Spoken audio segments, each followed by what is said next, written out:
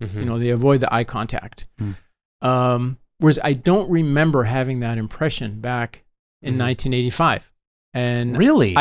皆さんこんにちは、アーサーです。今回の動画ではあなたのリスンを鍛えるためのネイティブ同士の会話をお届けしたいと思います。今回の動画はですね、いつもと違って僕とアメリカ人の友達のオースティンだけではなく、僕の父も参加することになりました。で、今回の話題は80年代の日本は今の日本とどのように違うかっていうトピックスだったんですね。That's what we talked about. 僕の父は多分1985年頃に日本に行ったんですけど、日本語は全く喋れなくて出張でいたんですね。で、あの頃の記憶と、最近日本に来てどのように違ったかっていう話をしました。自分のレッスンの役に立てるし、多分いろんな気づきがあると思います。あと、より年上の視聴者には多分懐かしい話もいっぱい入ると思いますので、ぜひぜひご覧ください。Please check out this video. で、今回の動画はいつも通りにもともと The Austin and Arthur Show で放送されたものになるんですね。でも、そのチャンネルでは字幕がなくてちょっとハードルが高いんですが、このトピックス以外にもいろんな話題に触れたい、いろんな話題を聞きたい方はぜひそのチャンネルをご覧ください。Please check out The Austin and Arthur Show. And without further ado, let's get started. よろしくお願いします。Cheers. All right, cheers. Cheers. All right. Okay. Oh, this is really good. Wow. Yeah. So I have made an opinion, probably in the past 2 months, that Daiginjo is probably my favorite type of sake now. Okay. Daiginjo. Yeah. Do you know what Daiginjo is? Can you explain it to our special guest here, who is my father? I mean, maybe. So if it's my understanding that Daiginjo is like the highest quality, right? Yeah. It's most of the rice grain has been polished off at that point, so it's below 50. It's below 60% or 50. No, it's below 50%. So like they take the rice grains and they just like shave off the impurities. Okay, so it's like really what's the term for that? Refined? Yeah, it's really refined. Yeah, Only the good stuff is left. Yeah. But Father, Yes. welcome to our channel. Well, thank you. It's wonderful to be here. Yeah. Yeah. I'm going to try to do this because I can't see your beautiful face. So I think That's if I fine. do this. Oh, it's so nice to be seen. Yeah. So what do you think of this sake? You don't really... I think it's delicious. I've only had sake a couple of times, each time with you. Yeah. And but I think so far this is my favorite. Oh, good. Awesome. Yeah. Well, this is really good. So we had 3 sakes today, and Austin, you wanted to drink this one. Can you explain why? Yeah. So Arthur, you presented me with 3 different bottles, and it's kind of been a little bit of a tradition on the channel to like talk about where the bottles are from. And so usually when we drink, we're like, this is from Akita, this is from Kyushu, this is from wherever. So I was looking at all 3 of the bottles, and I was informed that this one is from Hyogo. Yeah, right. And Hyogo-ken is pretty near and dear to my heart because that was where my first experience in Japan was. My host family that I stayed with is from Hyogo. And so I still have a pretty heavy attachment. In fact, Arthur got to meet my host family. They at the wedding. Yeah. Yeah, they at came. His wedding. Yeah. So I'm still very close. I mean, my host mom's kind of like a second mom to me. So Oh, that's nice. Yeah, she seemed really nice. Yeah, I didn't talk to her too much, but she's really great. So today, though, we have a very interesting topic, and one of the reasons I wanted to have you on this show is because, not just because you're my dad. Who cares about that? Who cares? Yeah, right. No, but if so because you actually came to Japan in the 80s once for a business trip, and then you didn't come back at all, and then your son fell in love with Japan, started living here, and now you've been back here a few times, right? That's correct. So I wanted to talk with you today about your experience. What did you do on that business trip? What were your thoughts and how it compares to what life is like now? So do you want to give us the background of your trip? Sure.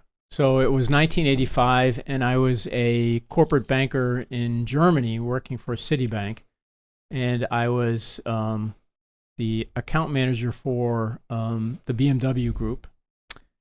So because I was kind of specializing in corporate banking for automobile manufacturers, the German Citibank office chose me to attend Citibank's global automotive conference in Tokyo and represent Germany.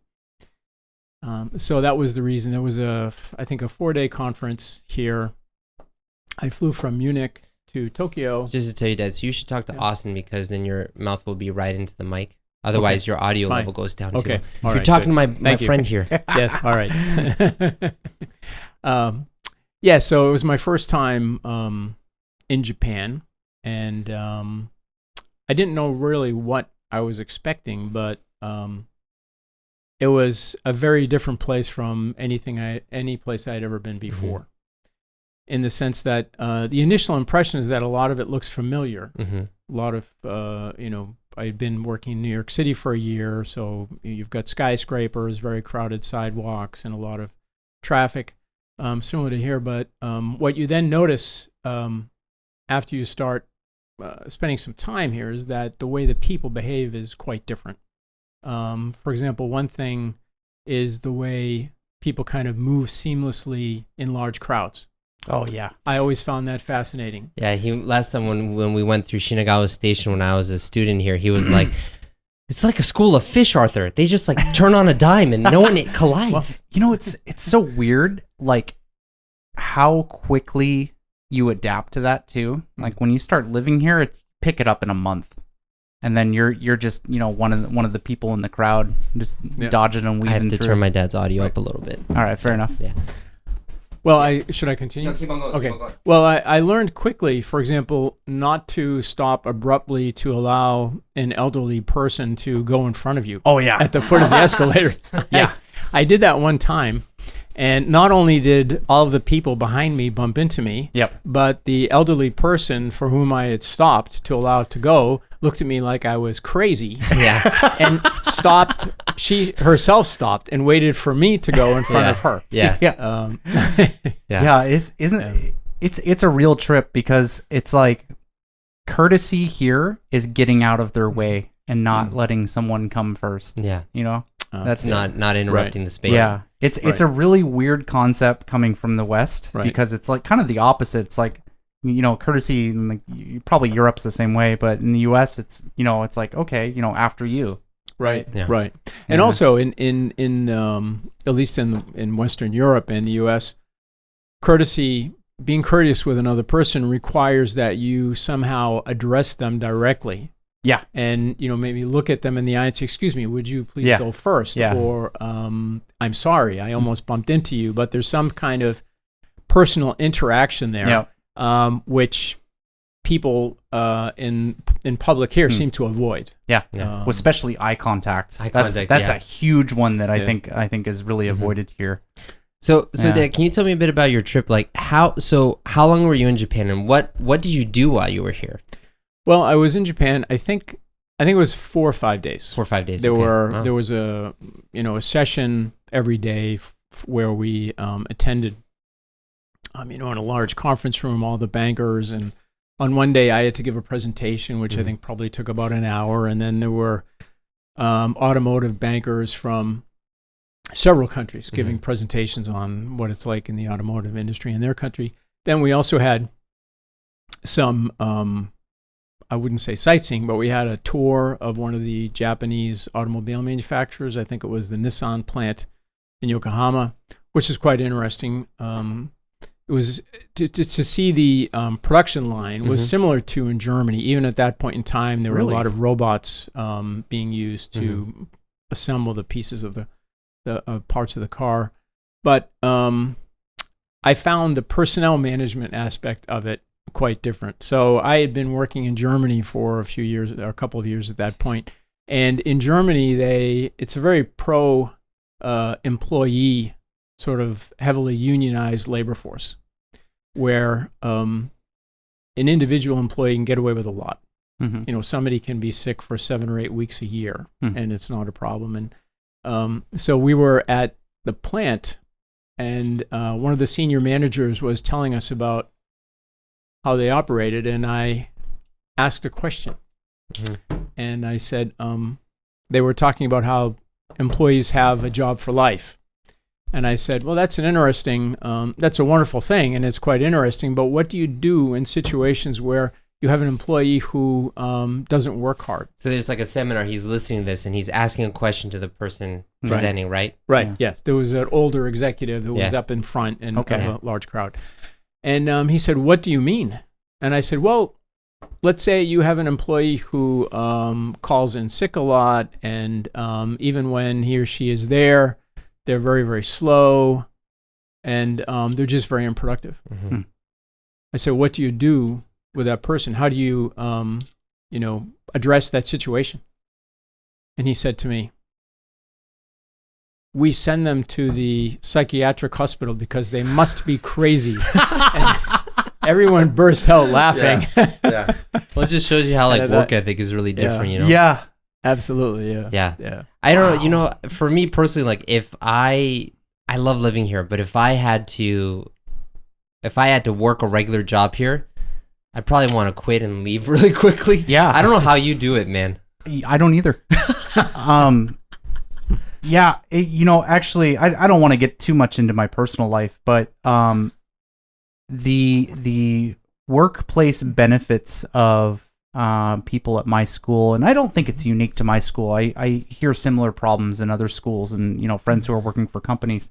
It's a constant struggle here. Mm-hmm. I don't think. I mean, unless you're living under a rock, you're probably aware of the what's it called, stigma of workplace culture in Japan. People are overworked.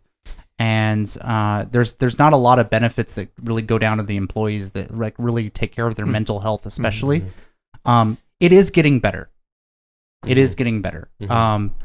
Japan is starting to look at a lot of European countries that have successfully adopted the 4-day work week, for example. Okay.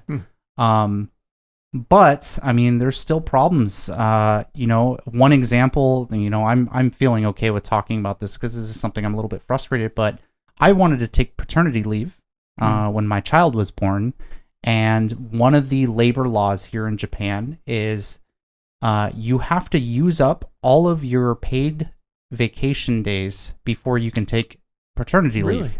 Well, that's a big problem, right? Because if I take up all my paid vacation days and I get sick later in the year, right? Yeah. Guess what? Yeah, you don't get paid for that day. Yeah. Yeah, it's who invented that rule? That's a terrible rule. Why is that still exist? A person doesn't want dads to take time off to see their kids. No kidding. No kidding. It just blew me away. Yeah. So there's still a lot of room that needs to really change for Japan to really catch up with the West in terms of worker health. Yeah. But I mean, I guess the two things go in hand. Like at the seminar, Dad, the guy who was like, "Oh, we'll send that person to the psychiatric ward because they must be crazy for taking all that time off." Like, it's two sides of the same coin, I think. Yeah. Yeah. One thing, and I think you brought this up where you mentioned that employees are working at the same company for life.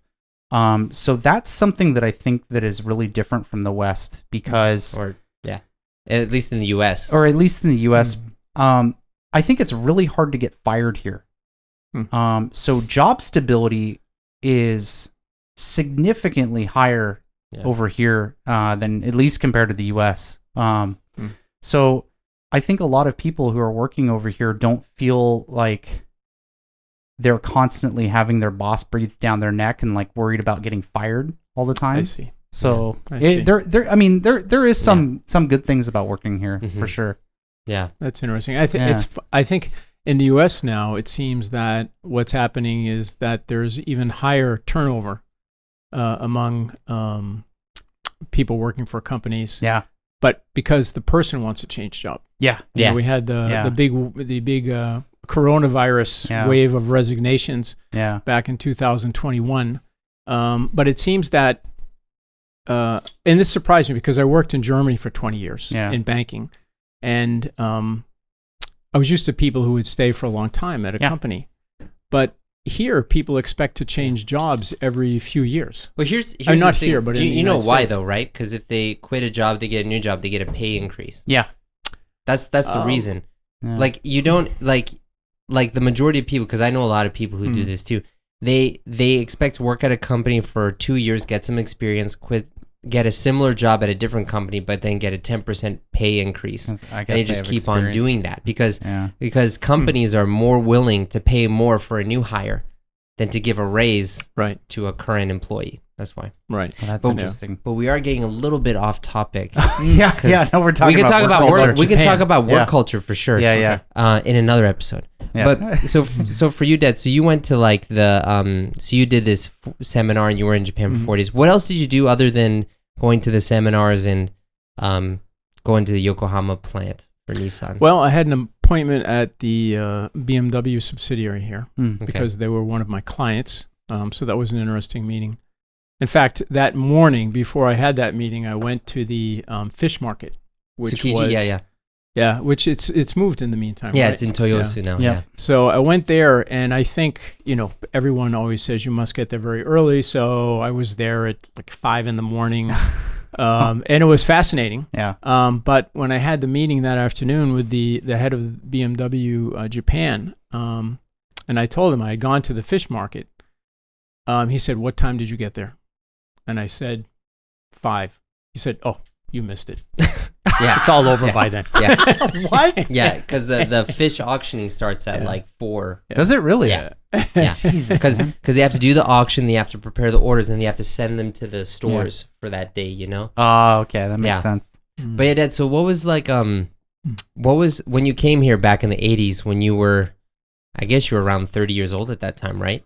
85. Right. I was 29, 30. Right. 30. No, I was 30. Right. Yeah.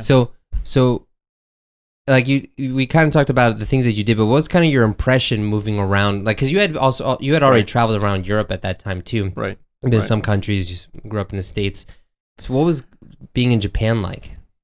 Well, I would say it was difficult in the sense that I speak a couple of different European languages, and I usually can get by with one of them in almost any country in Europe. But here, you couldn't speak with anybody because hardly anyone spoke English, and obviously I can't understand anything of Japanese or even the written Japanese. Sure.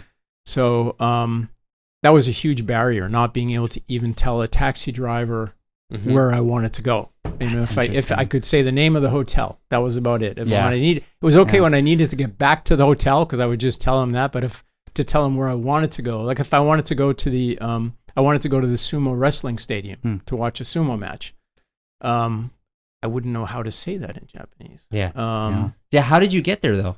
Well, that was also a challenging adventure because back in those days there were no signs in English in the subway or on the street. So I had someone explain to me which line to take and how many stops to go before I needed to get off. But then which I did successfully, but then when I got above ground, I couldn't see the stadium from the subway stop, and there were no signs I could read to tell me which way. So I just walked around for a while and finally managed to find the stadium. So I would say the language barrier was greater here than in any place I'd ever been. That's interesting. But on the other hand, I think that I didn't find the one thing that is obvious to me now here when I'm in the last few trips I've come is how people don't look strangers in the eye. They avoid the eye contact. Whereas I don't remember having that impression back in 1985. And really, people looked at you in the eye more. You felt? I don't know. I mean, I'm sure that they didn't, right? Because why would it have changed in the meantime? On the other hand, it wasn't something that stuck out to me. Maybe back in those days, I didn't look people in the eye either. I don't know. Yeah, that's interesting. Yeah. What was another kind of thing that stuck out to you as something that's really different from back in the 80s?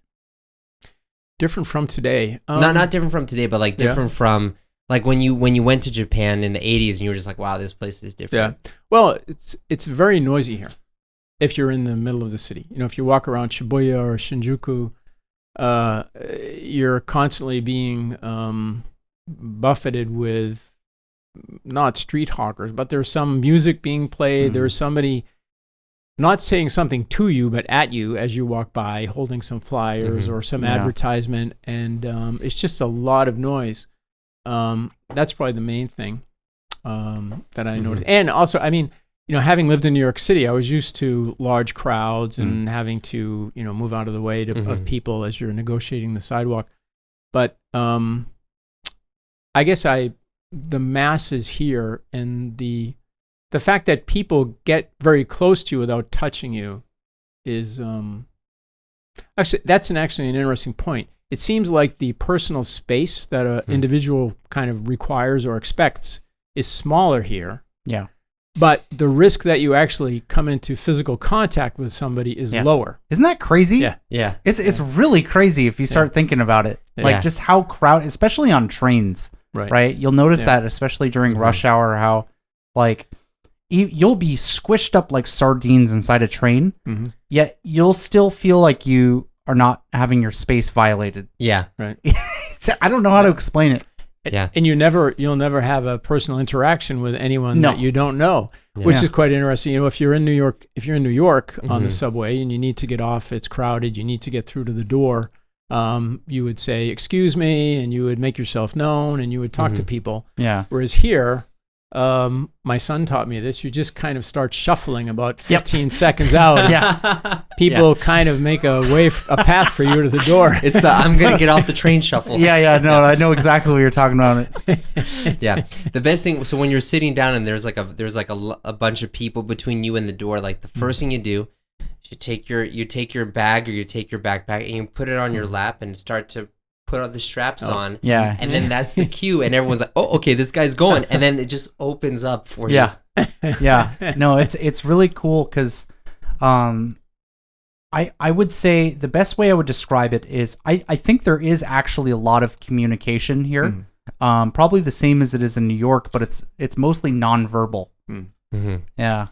Yeah, it's funny because like I remember going to like a business meeting and I was really annoyed that the guy who was leading the meeting would ask everyone's opinion and no one would say anything.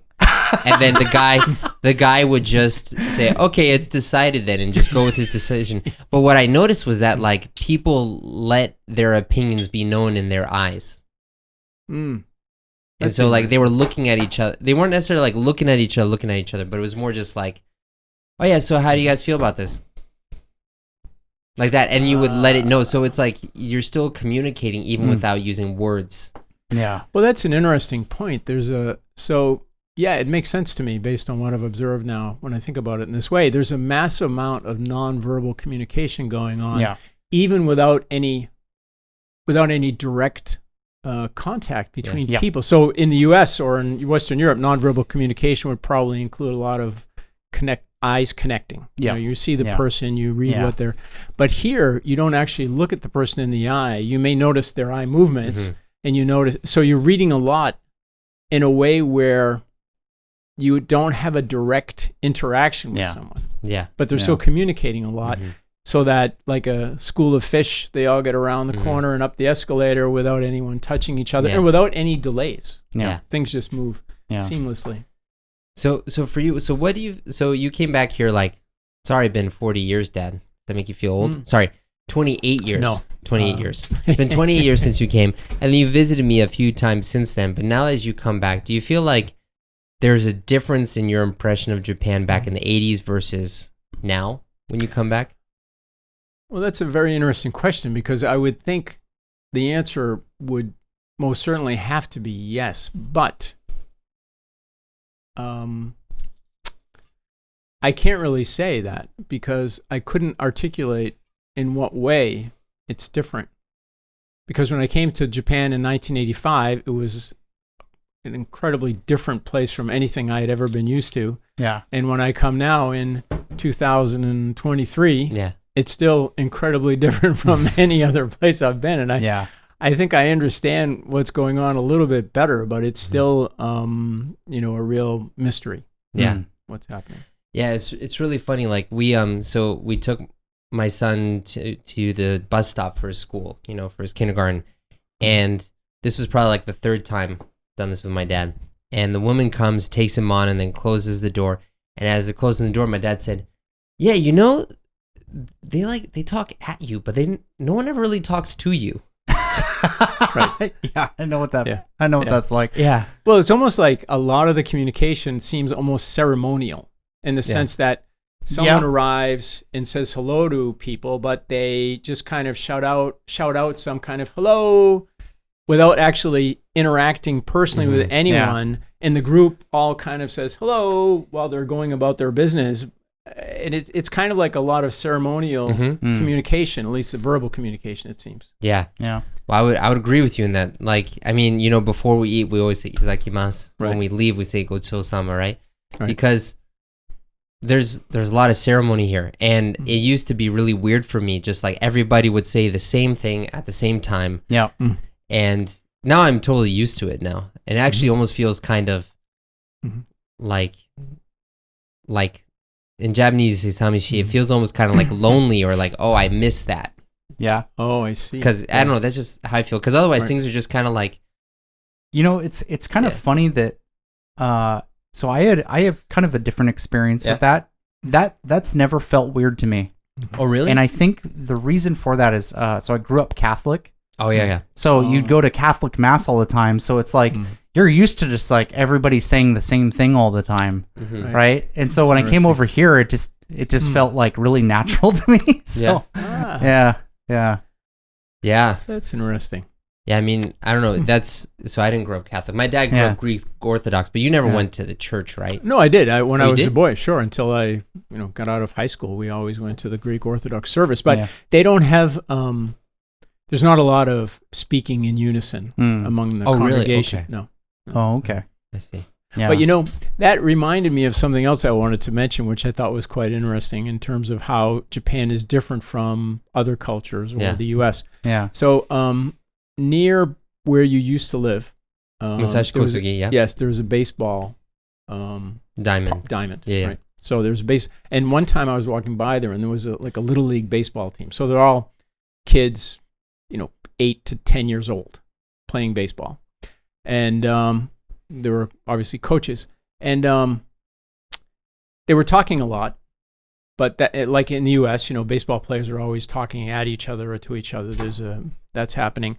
But every once in a while, there would be like some kind of a cheer or something, or the coach would say something, and all of the players would go, yeah, or they would say something. And I thought, what's going on? What are they doing? There's no occasion in American sports where everybody would kind of cheer together on the team. Yeah.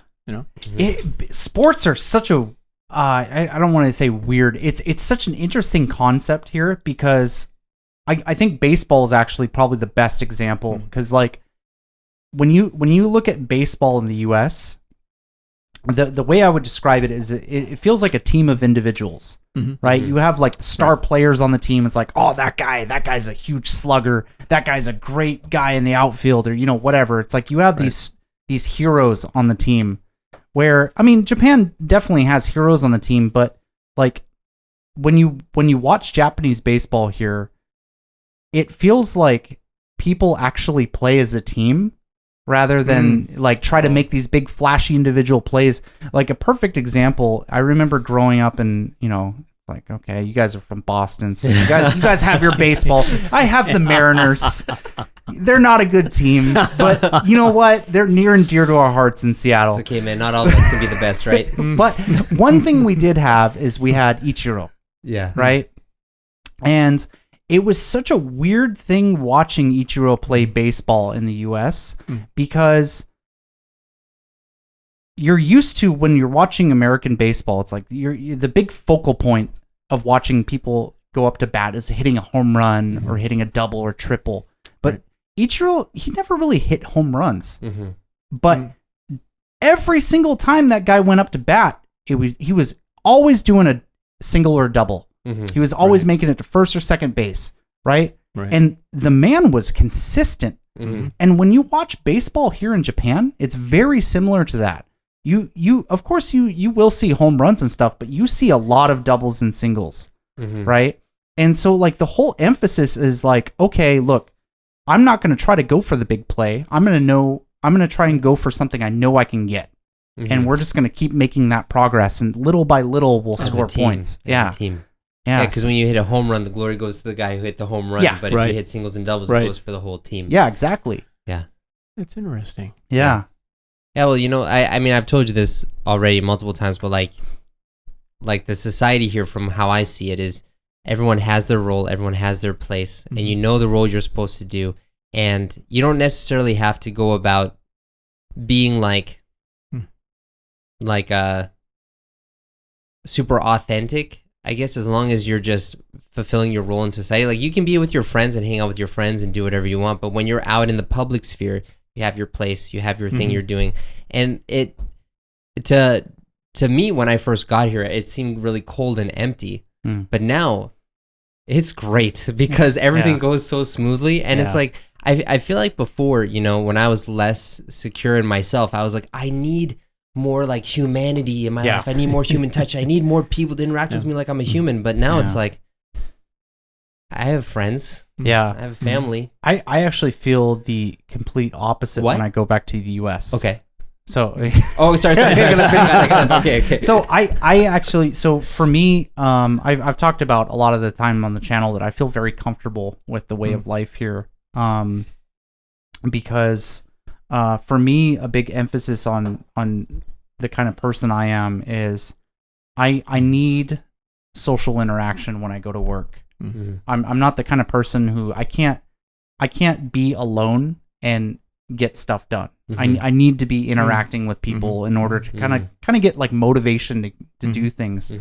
And I think here in Japan, that's a really great environment for that, because even as a teacher, like, I'm still usually working with other teachers. I'm communicating with somebody to do my job. And I often find that when I go back to the US, I get like this huge anxiety wave, because in the US you're often expected to be able to do stuff independently.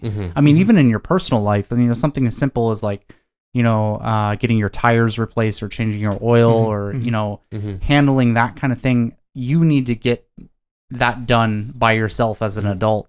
Whereas here it's like there's so much more of a support network for helping people with their daily lives. Yeah, it's like if you go to change the oil of your car, they'd be like, "Why are you changing your oil? Yeah, why don't you have someone do it?" Or even gas. Yeah, that's true. Gas too. That's interesting. Yeah. But then again, you know, open plan offices were developed in Japan.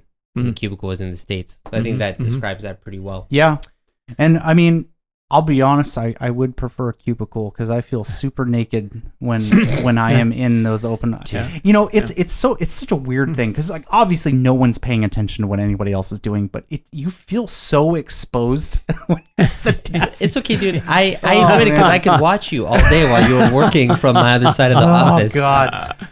Oh, it's gotten so much worse. Well, we could save that for another time, man. I don't want you to lose your job. So no. Anyways, I feel like we've talked about a lot of stuff. We didn't talk completely on topic, but we got to some good topics, and we're almost done. And I want to save this for you, Austin, for your ride home. That ain't making it home. I can tell you right now. So thanks to my student Mitsuko-san. So Mitsuko-san. Mitsuko, thank you very much. Thank you very much. This was a great choice. Yeah. Perfect. If here's a hint, please get the exact same bottle. Just get another one. That would be great. This is so delicious. Yeah, it is pretty good. Yeah. Okay, I'll see you guys next time. Yeah. Alright, 最後までご清聴いただき誠にありがとうございます。やっぱりこういう会話はネイティブの知り合いとできるようになりたくて英語を勉強している方が多いでしょう。でもほとんどの英語を勉強している方はフレーズ、文法、テキストでたくさん学ぶかもしれないんですが、いきなり外国人を目の前にすると頭が真っ白になって言葉が出てこなくて話せなくなります。具体的にどうしたら英語を学ぶだけではなく、生の場面で生の世界で実際に話せるようになるのでしょうか。その方法を無料ガイドにまとめてみました。心からその方法を学びたい方はぜひ無料ガイドはこちらからゲットできます。You can also get it in the description box below this video. And as always, thanks so much for watching, and I can't wait to see you in the next episode. これからも一緒に世界とつながりましょう。See you next time!